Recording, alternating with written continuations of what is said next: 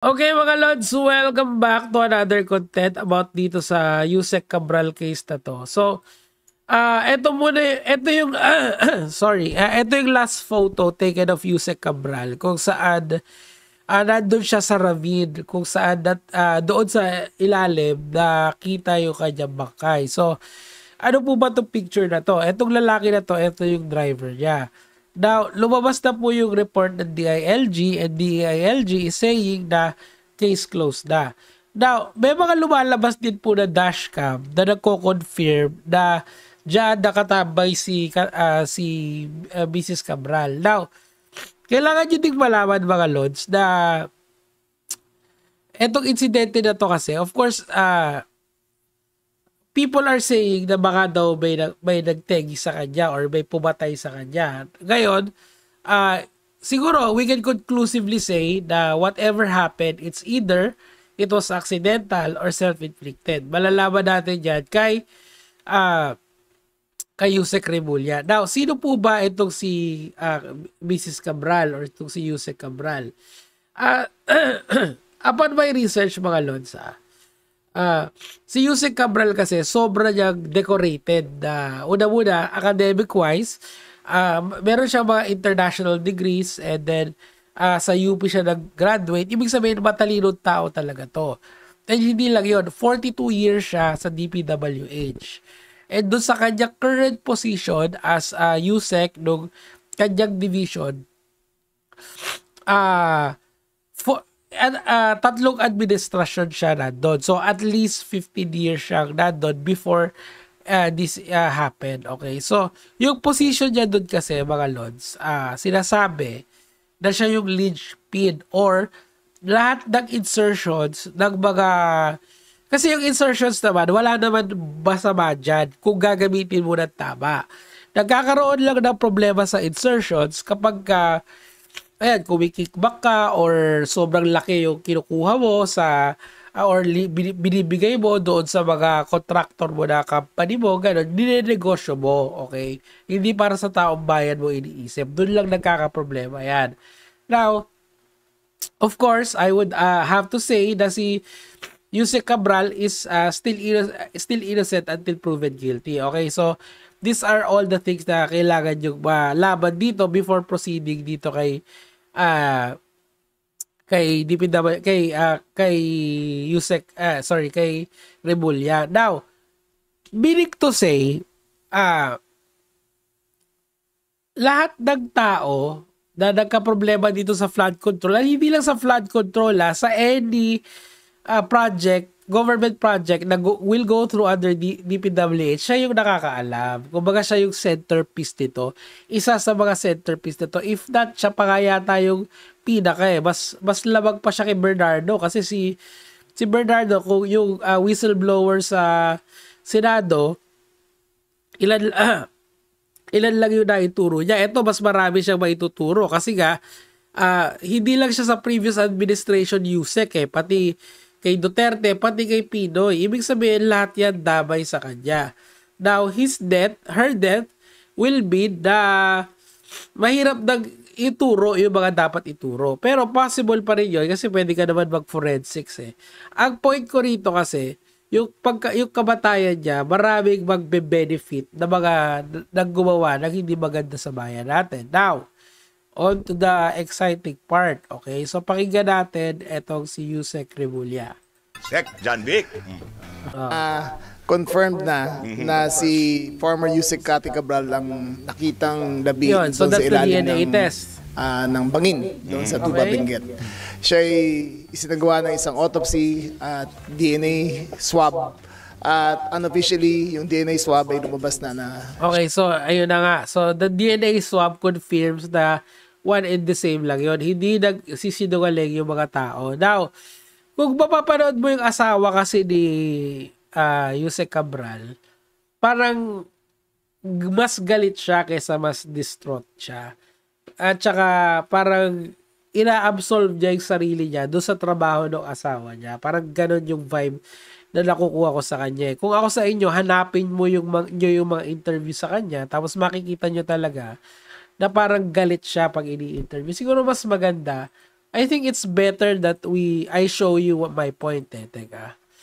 Yusek Cabral husband. Okay? Pwede naman natin i-search yan eh. Ito, tira nyo ah. Hindi po ipapauto. Yan o. So pinapahirap. Eh kami na yung anak ko, tsaka yung ako na mismo Yan, sasabi oh. na asawa ko yan. Nanay niya na yan.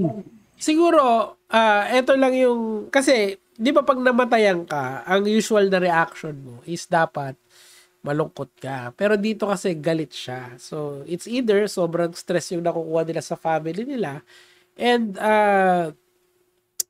kasi, sa napanood ko kay Yusek, Rebulla, it seems kay Secretary Rebulla, sorry, na tingin ko talaga it's nag-aligaga na rin yung tao.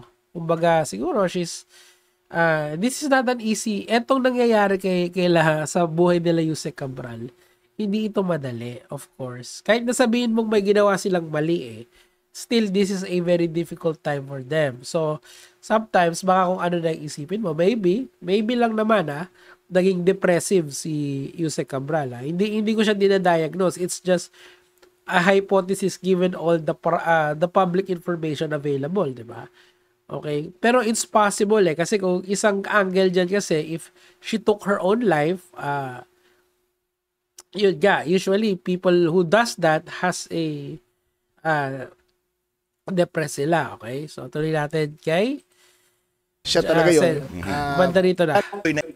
Ang consistent. At sa floor niya. Wala naman talagang dumating eh. Tsaka sandali lang. Ito. Tinignan namin Marks sa autopsy, sa scene of the crime, wala kaming nakitang evidence of foul play. Walang struggle. So, ibig sabihin, walang tumulak. Kahit sa mga kuko niya, walang nakitang skin cells na pwede mag-point. So, that actually makes sense. I'll tell you why. Kung titingnan mo yung kwento niya, yung narrative niya, and they have investigated this. Kasi pag titingnan mo, umagang-umaga yan, nakikita siya ng maraming tao dyan. Ibig sabihin, from the get-go, meron nang iniisip na gagawin si Yusek Cabral dyan. It's either, siguro, as I've said, kasi yung mga initial reports nito, normal naman kasi sa kanya as Yusek na tumingin sa mga, sa mga ravines, sa flood control projects, sa mga roads, sa mga rock netting, kumbaga kasama yun sa professional routine niya. So, kung titingnan mo dun sa context na yun, normal sa kanya na pumunta sa isang bangin para inspekin. Kaso, siguro, iba yung plano niya doon, which is, eto yung sasabihin ni... Walang gunshot wound. Wala siyang ligature marks. Hindi siya nilason, di ba? So, wala kami nakitang foul play. Sa sasakyan. Sa sasakyan, walang dugo, walang signs of struggle rin. So, Pero yung sinasabi nga na mga conspiracy theorists, ang consistent din daw yung pagkakatulak, baka may tumulak. Pero ito bukod kay Yusek Cabral, itatanong ko sa ito, syempre, hindi ito lang ang pagtatapos. Meron pa rin patuloy na investigasyon at may patuloy pa rin kayo pong mga hukay. Nakikita ko CCTV ng CCTV ng pagpasok ng po yung drive, ganun po ba? tinignan namin ng CCTV ng pagpasok ng hotel at paglabas at sa floor niya. Wala naman talagang dumating eh.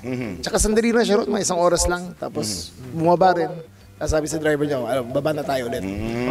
So ibig sabihin, whatever Yusek Cabral was planning in her mind, it was it was not yung deliberation noon took hours kung ano man yung iniisip niya.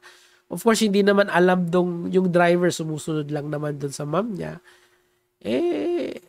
Again, if you're going to look at it in the angle of depression, it kind of makes sense kung bakit niya gagawin yun. Kasi it's tremendous pressure again, I'm anchoring this my arguments dun sa reaction ng asawa. Kasi yung asawa, I see that there, parang mas galit siya kaysa mas naaawa siya dun sa asawa niya And in fact, pag pinakinggan mo yan, sinasabi niya, hiwalay kami, hindi kami nakikialam sa trabaho ng isa't isa. Parang sinabi niya yun sa mas mahabang version nitong interview na to Ang pinopoint ko rito, whatever Yusek Cabral is going through, it must have been great pressure. Okay? It must have been very it must been very, very painful as well. Alam mo, well, let's set aside politics first. Let's just understand the human mind. Okay?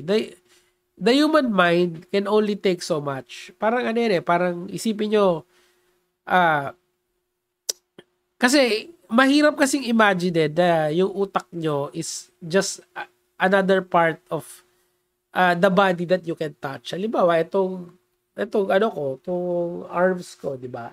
Yung arms ko, pag sinuntok mo ng sinuntok yan, eventually, paghihina yan, tapos it will give. Okay, hindi ko na may gagalaw yan or something like this. Ganon din sa utak. When you have so many stressful situation na dumadating sa'yo, it will take its toll. It will build up and then yun nga, magkakaroon ka ng breakdown. Given all the information that I know, which was presented publicly, there is a reasonable assumption na, again, this is a hypothesis, not a diagnosis of the case. It's probably she was depressed. I'm leaning towards that. And then nagkaroon siya ng tinatawag nating manic episode na she doesn't know what to do. Tapos probably kung hindi siya tumalon on her own accord, nadulas siya. Remember, this person said that she has a fear of heights. So why is it that someone with a fear of heights is going there? Tandaan nyo, no one, given the CCTV footage, again, this is our public knowledge already, wala naman nagpilit sa kanya po na pumunta doon. She was doing it on her own accord. And as someone na the USEC and nag-i-inspection, malamang hindi bago sa kanya yung tumayo doon sa ledge na yun. Pero to follow that ledge, that's a whole different scenario. Anyway, mga Lods, yun lang naman po yung sa akin for today. Let's just keep in mind na let's not hate so much on makiramay tayo dun sa pamilya, pero let's still condemn the action. Tandaan natin na of course not guilty pa naman tong si Yusek Cabral, pero I do not believe for the life of me na wala siyang involvement dun sa mga corrupt practices. Okay, the fact of the matter that there are so many ghost projects and so many billions of pesos, na trillions nga umabot na ninakawan tayo for so many administration now. I do not believe na hindi siya kasali doon sa grander scheme na yon. May she rest in peace, pero the accountability will certainly, most definitely, should go beyond the grave. Okay? So, yun lang naman po yung sa akin. Pasensya na kayo sa aking boses. Gege mga Lods.